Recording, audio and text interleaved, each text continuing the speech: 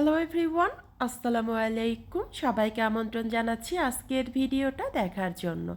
আশা রাখছি আপনারা সবাই খুব ভালো আছেন। আলহামদুলিল্লাহ আমরাও ভালো আছি। ক্যান্ডিতে সকালের নাস্তায় বাচ্চাদের ব্রেড টোস্ট না হয় প্যানকেক কিংবা রুটি ভাজি খাওয়ার বায়না থাকে। আজ ওরা ব্রেড টোস্ট খাবে, তো ডিম পরিমাণ মতো চিনি আর টেস্ট অনুযায়ী লবণ দিয়ে ডিম ফেটিয়ে নিচ্ছি। মিষ্টি জাতীয় খাবারে একটু লবণ দিলে খেতে ভালো লাগে। ব্রেড টোস্ট ছোট বড় প্রায় সবাই মোটামুটি পছন্দ করে, আমার কাছেও বেশ ভালোই লাগে। তবে চিনি তেল দিয়ে করা হয় তো এজন্য খেতে ইচ্ছে হলেও খাই না। আচ্ছা, প্যানে একটু তেল তার সাথে একটু বাটারও দিয়েছি। এরপরে এই তো ডিমে গড়িয়ে এখন ব্রেডগুলো ভেজে নিচ্ছি। আর একটু বাটার দিলে ভাজার সময় এটা খেতে খুব ভালো লাগে।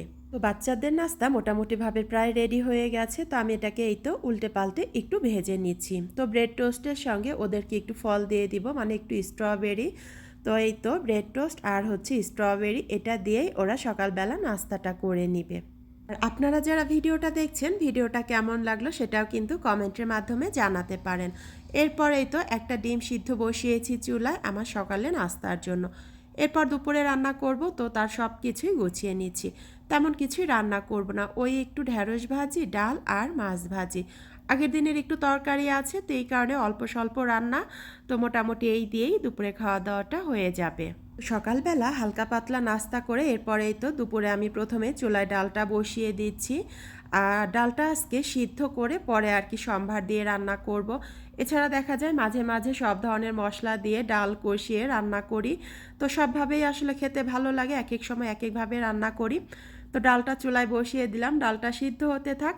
আর আজকে ডালটা পাঁচফোড়ন সম্ভার দিয়ে রান্না করব, মানে পেঁয়াজ রসুন পাঁচফোড়ন দিয়ে ডালটা রান্না করলে খেতে বেশ ভালোই লাগে। তো এরপরে এই তো সকালবেলা নাস্তা করার পর যে টুকটাক একটু হাঁড়ি পাতিল জমেছে, তো সেগুলোই আমি একটু পরিষ্কার করে নিচ্ছি। আর সিঙ্কে খুব বেশি হাঁড়ি পাতিল জমে থাকলে আমার একদমই ভালো লাগে না। দুপুরে রান্নার আগে সিঙ্ক যদি ফ্রি থাকে তাহলে রান্না বান্না ধোয়ার কাজগুলো করে কিন্তু খুব আরাম পাওয়া যায়।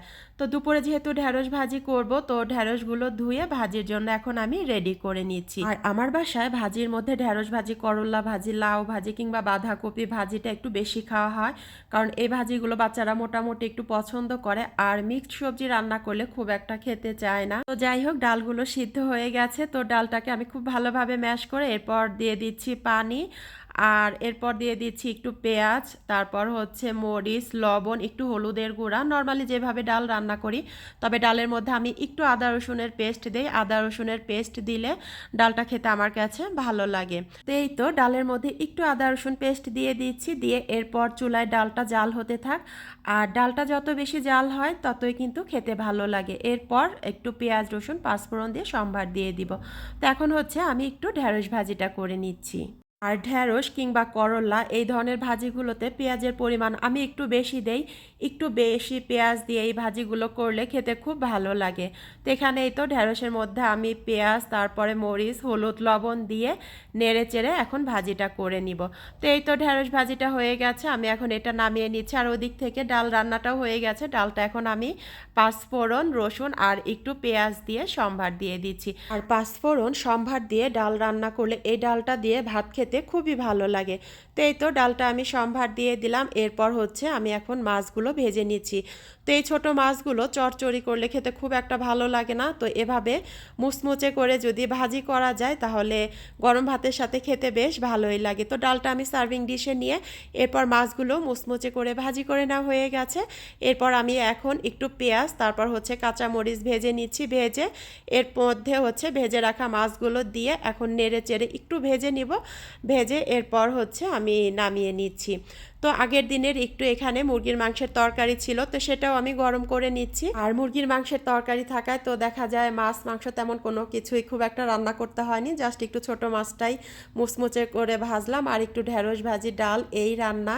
তো দেখা যাবে বাচ্চারা ডাল, তারপর হচ্ছে মুরগির মাংস, ঢ্যাঁড়স এগুলো দিয়েই খাবে। আর হ্যাঁ, গরম ভাতের সাথে এরকম মুচমুচে মাছ ভাজি খেতে কে কে পছন্দ করেন কমেন্ট করে জানাবেন। তো দুপুরের খাবারে এই ছিল ভাত, ডাল, ঢ্যাঁড়স ভাজি, ছোট মাছ ভাজি আর হচ্ছে মুরগির মাংসের তরকারি।